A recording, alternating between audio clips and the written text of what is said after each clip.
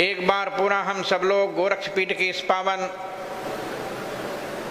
प्रांगण में उपस्थित होकर भारत के ऐतिहासिक, सांस्कृतिक एवं आध्यात्मिक महंतद्वय, जिन्होंने भारत में भारत के लोगों को नई चेतना जागृत किया है, ऐसे पूज्य महंत दिग्विजय नाथ जी का वह दिन मुझे स्मरण आता है जब हमारे पूज्य गुरुदेव श्री अभिराम दास जी महाराज बताया करते थे कि जब सन 49 में राम जन्मभूमि पर रामलला रात को 12 बजे प्रकट हुए, उस समय भारत के प्रधानमंत्री पंडित जवाहरलाल नेहरू थे और उत्तर प्रदेश के मुख्यमंत्री गोविंद बल्लभ पंत थे।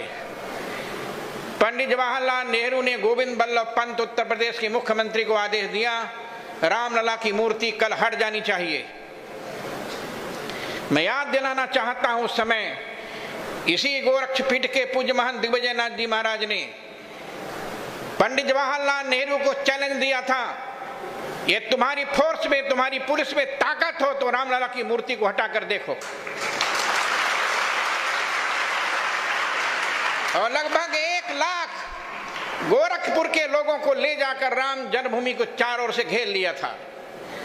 किसी सरकार की हिम्मत नहीं पड़ी थी कि रामलला को राम जन्मभूमि से हटा दे। आज मैं याद दिलाना चाहता हूं, जब सन 84 में राम जानकी रथ निकला और पहली बैठक दिगंबर अखाड़ा में पूज्य महंत परमहंस रामचंद्र दास जी महाराज की अध्यक्षता में हुई, तब उस समय पूज्य महंत अवैधनाथ जी महाराज गोरखपुर से गए थे। अयोध्या के कई संत, कुछ हैं और कुछ चले गए, सब लोगों के बीच में अशोक सिंघल जी ने कहा था ये राम जन्मभूमि का आंदोलन है और मैं चाहता हूं कि राम जन्मभूमि पर भव्य मंदिर बनाने के लिए कोई अयोध्या का एक महंत खड़ा हो, जिसको मैं राम जन्मभूमि मुक्ति यज्ञ समिति का अध्यक्ष बनाना चाहता हूं। सबसे पूछा गया, कोई तैयार नहीं हुआ। कांग्रेस की सरकार थी, सबने कहा मेरा मंदिर कुर्क हो जाएगा, मैं जेल चला जाऊंगा। जब राम जन्मभूमि मुक्ति यज्ञ समिति का अध्यक्ष बनने के लिए अयोध्या का कोई महंत तैयार नहीं हुआ, उस समय पूज्य महंत अवैधनाथ जी महाराज ने खड़े होकर कहा, अशोक जी, जब कोई तैयार नहीं है तो गोरक्षपीठ का यह महंत अवैधनाथ तैयार है राम जन्मभूमि पर भव्य रामलला मंदिर निर्माण करने के लिए। और उनके नेतृत्व में राम जन्मभूमि की लड़ाई लड़ी गई। उस लड़ाई में लगभग 25 बार मैं भी जेल गया था। हमारे अयोध्या के संत, अयोध्या के महंत भी जेल गए और लाखों राम भक्त पूरे देश के जेलों में ठूस दिए गए थे। याद दिलाना चाहता हूं, मुलायम सिंह यादव ने कहा था परिंदे भी पर नहीं मार सकते, लेकिन उस समय श्री हनुमान जी महाराज स्वयं बस चलाकर राम जन्मभूमि पर जाकर रामलला के मंदिर पर ये ध्वज, केसरिया ध्वज लहरा दिया था। सब साक्षी हैं। और याद दिलाना चाहता हूं, 2007 में एक बैठक हुई थी अयोध्या हिंदू धाम में, पूज्य महंत अवैधनाथ जी महाराज की अध्यक्षता में। स्वामी वामदेव जी थे, पूज्य परमहंस जी थे, पूज्य नित्य गोपाल दास जी थे, स्वामी सत्यमित्र आनंद गिरी जी थे, स्वामी परमानंद जी थे और उस समय सभी संत लोग वहां आए हुए थे। हिंदू धाम में बैठक थी। उस समय योगी आदित्यनाथ गोरखपुर के सांसद बन चुके थे।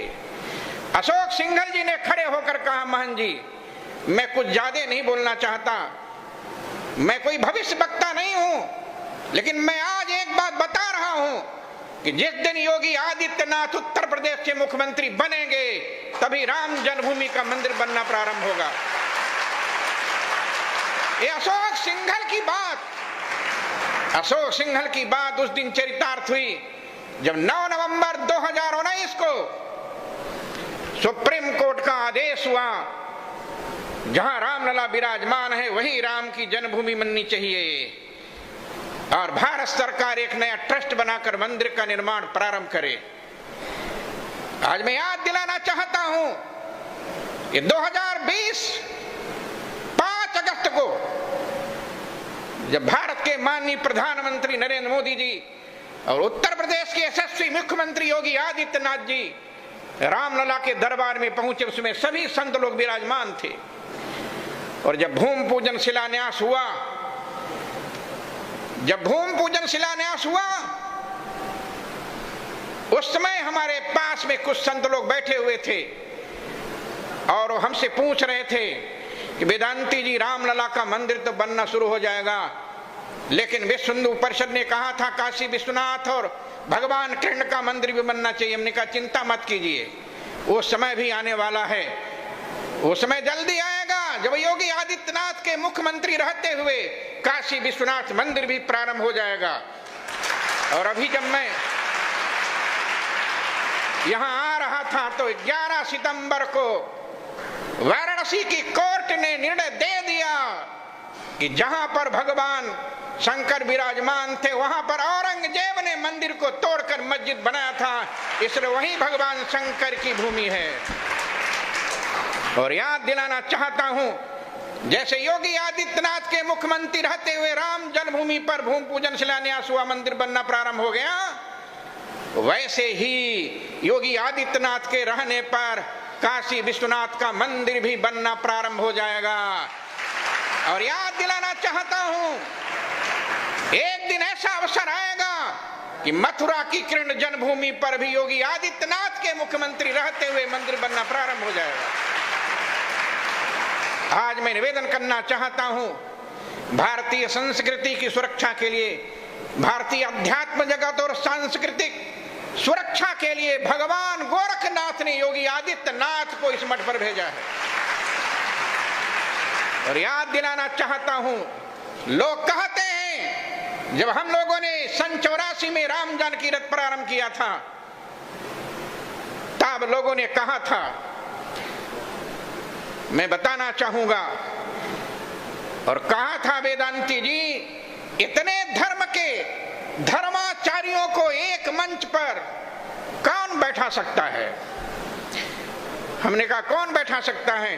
कहा जैसे मेढक को तराजू में तौला नहीं जा सकता, वैसे कई संप्रदायों के संतों को, जगत गुरुओं को एक मंच पर बैठाया नहीं जा सकता। लेकिन मैं आज निवेदन करना चाहता हूं, राम जानकी रथ चलने के बाद देश के सभी शंकराचार्य, देश के सभी रामानुजाचार्य, देश के सभी रामानंदाचार्य, देश के सभी वल्लभाचार्य, देश के सभी निम्बार्काचार्य, देश के सभी जगत गुरु एक मंच पर बैठकर निर्णय लिए। और वो दिल्ली का मंच था, उस दिल्ली के मंच पर रामलीला मैदान पर बैठकर निर्णय लिया था सज्जनों। और आज वह निर्णय दिखाई दे रहा है, योगी आदित्यनाथ के नेतृत्व में 2 मंदिर बनना प्रारंभ हो गया और तीसरा मंदिर भी शुरू होने वाला है। पूज्य महंत वेदनाथ जी महाराज सन 70 में जब पहली बार मैं यहां आया था, तब ये मंदिर नहीं था, छोटा सा मंदिर था। पूज्य महंत वेदनाथ जी महाराज वहीं पर खड़े थे, पूज्य अभिराम दास जी महाराज के साथ, गुरुदेव के साथ आया था। पत्थर पड़े हुए थे, मंदिर का निर्माण चालू था। और इसके बाद गोरक्षपीठ कितना विस्तार लिया, पूरे गोरखपुर में कई विद्यालय, महाविद्यालय, इंटर कॉलेज, डिग्री कॉलेज, ये पूज्य महंत वेदनाथ जी के देन है। और मैं अपने जीवन की घटना बताऊं, सन 96 में योगी आदित्यनाथ जी यहाँ के पीठ के महंत बन चुके थे। डॉक्टर मुरली मनोहर जोशी जी 3 दिन का प्रवास था गोरखपुर में, संयोग से मैं भी उसी बीच में आ गया। महंत वेदनाथ जी महाराज ने डॉक्टर मुरली मनोहर जोशी से कहा, जोशी जी कान खोल कर सुन लो, इस बार चुनाव मैं तब लड़ूंगा जब वेदांती को टिकट मिलेगा तब।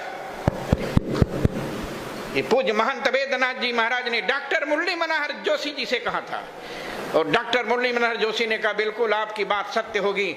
और इसके बाद पहली बार मुझे सन 96 में टिकट मिला मछली शहर से, और मैं उस लोकसभा चुनाव में जीता। आज निवेदन करना चाहता हूं, अभी देश के अंदर जिन्होंने धर्म और संस्कृति को समाप्त करने का कुचक्र रचा था, अब वो समाप्त हो चुका है। अभी तो 300 के पार पहुंचा है। 2024 के लोकसभा में भारतीय जनता पार्टी 400 के पार करेगी, और तब जब 400 के पार हो जाएगी, तब जिस दिन राम जन्मभूमि पर एक केसरिया ध्वज लहरा जाएगा, उसी दिन भारत के संविधान में भी हिंदू राष्ट्र घोषित हो जाएगा, जिसकी कल्पना महंत दिग्विजय नाथ जी ने और महंत वेदनाथ जी ने किया था, जिसकी कल्पना डॉक्टर हेडगेवार ने किया था, जिसकी कल्पना गुरु गोलवलकर जी ने किया था, जिसकी कल्पना अशोक सिंघल जी ने किया था, जिसकी कल्पना जगतगुरु शंकराचार्य पूज्य स्वामी शांतानंद सरस्वती ने किया था, वह कल्पना भी 2024 के बाद भारत को साकार रूप में दिखाई देगी। इसलिए आज इस उपलक्ष्य पर पूज्य महंत दिग्विजय नाथ जी महाराज एवं पूज्य महंत वेदनाथ जी महाराज के श्री चरणों में श्रद्धांजलि अर्पित करता हुआ वाणी विराम देता हूं। बहुत बहुत धन्यवाद। जय श्री राम, जय श्री राम।